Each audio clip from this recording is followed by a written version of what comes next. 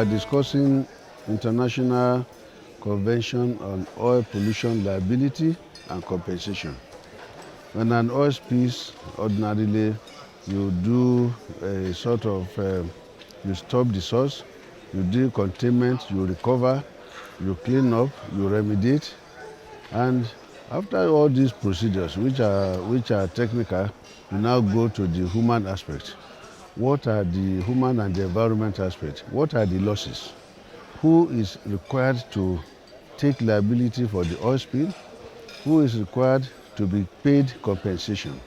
In this case, we have, for instance, one, in terms of who is liable, the owner of the maritime tanker, as well as the products, either combinedly, are liable. The environment and those whose resources are impacted by such spills are the victims. And the two have to work out a way of removing whatever liabilities they have incurred by way of this oil impacting on the environment, and that is meaning that they have to be compensated. Now, why or how would they be compensated? We have had in the past two incidences. There was one called J.S. Amazing.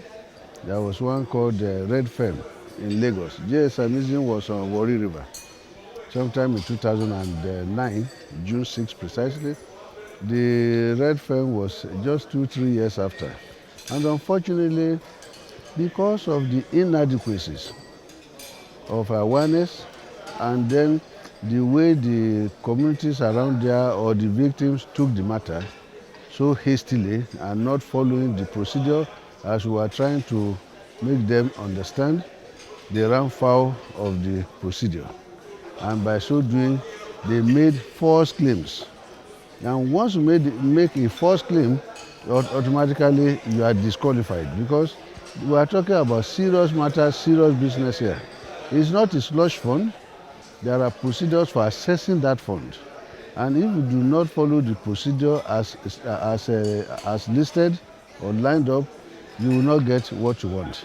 So we now decided that let us bring our people home and then be properly schooled as to how to access compensation when it comes to spills from maritime tankers, especially from the marine environment. When the spill occurs, there are windows of opportunity to manage this oil spill. If you do not manage it within the time frame, you have a serious problem on your hand. And when this oil spills in the marine environment, there has to be a quick response to prevent it from hitting the shoreline. Along the shoreline, people can be very restive, people can be very violent if they are annoyed. There is need to keep peace there and make sure that things are not impacted negatively there. You still need also to go to the shoreline to protect the vulnerable and sensitive areas. You recall somebody mentioned about environmental sensitivity index maps. Yes, those ones are necessary. They are precursors to oil spill management. You go first to protect areas that are vulnerable and sensitive. Some areas are vulnerable, they are not sensitive. But the ones that you need to protect first are the ones that are vulnerable and sensitive. That's the essence of the map. The map already tells you where those areas are.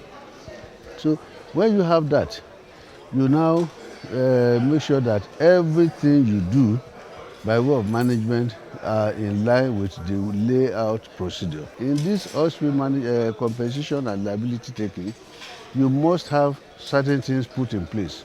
One, they talked about insurance. The tanker that spills the oil must have been adequately insured. The products must be from a genuine source, not a stolen crude or stolen petroleum product. The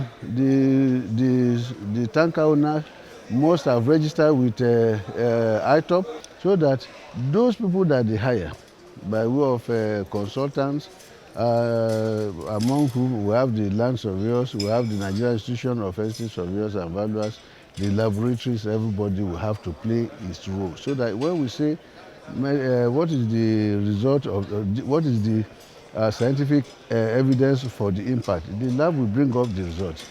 What is the area covered? The land surveyors will give it. What are the assets that are impacted? What are the values? They will bring it. And do you know that in this field, it doesn't only stop at people who have nets. If we are talking of marine environment, not only people who fish and have nets, there are people who also have restaurant businesses. If there is oil spill and you want to get compensation, somebody whose business is just on prawns sales, has claim. Somebody whose business is snails or sea turtle has claims. Somebody who has a restaurant that depends on products that come from the sea environment, marine environment, has claims. All these people will bring out their claims. The valuers will put them into consideration. But again, you must show evidence of your chain of business. You must show evidence that you are in this business, this is what your income from this business is, verifiable facts, evidences, not just because some people will say, pay me 2 million naira. Whereas everything you've been buying and selling in the last 10 years may not even be up to 500,000 naira. So you must be able to show evidence. Even to some extent, the taxes you have paid are also evidences to show genuinely that this is my income, this is what I've been losing because of what has happened. So it's a long process, but they are very easy to accomplish if we follow the procedures. But again, you know, when any spill like that occurs, what they do is they have people who go to them, let us be your consultants and so on and so forth. The consultants, if they really want to achieve what their clients want, will have to educate them. Just like anybody who commits a crime, you need a lawyer to go to court, to go and defend your case in court. You must tell him everything.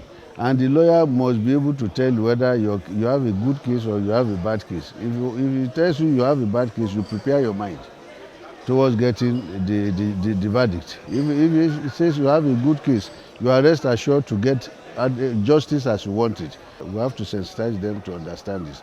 That is one. Two, for the midstream, downstream, again, we are going there because we have stayed long enough in the upstream, and let me say 70-75% of the operators on the upstream are getting well acquainted to environmental management, and they are doing it in real time. Those in the midstream and downstream are still not too much into it. The largest part that has the most footprint or largest footprint in Nigeria are the ones run by the independent marketers, Independent Petroleum Marketers Association of Nigeria, IPMAN. IPMAN, you can find their members across the 774 local government areas in Nigeria. You cannot say the same of Total, you cannot say the same of MRS or say the same of Fort Oil. But IPMAN, no matter how small a village or this, you will see a given number of drums, or you see one small local petrol station. It could be Adekunle and Son, or Okechukwu and Brothers and so, or Muhammadu and something. Those ones are all over the 774. But their impact on the environment is the same as the big ones. And unfortunately, the liabilities on them, they cannot meet. If there is any spill of their products that touches the aquifer and begins to spread, where people now fetch water and see petroleum product in it, even if you close down their filling station and sell it off, it cannot clean up or remediate the liabilities they have caused to the environment. So we are now beginning to monitor them effectively and make sure that they understand environmental management that is expected of them at their local level. And we have started fully. We are still trying to bring them to know all of these procedures before we begin to implement, and probably where necessary, after we believe they must have known the rules very well, whoever defaults, we apply the sanctions.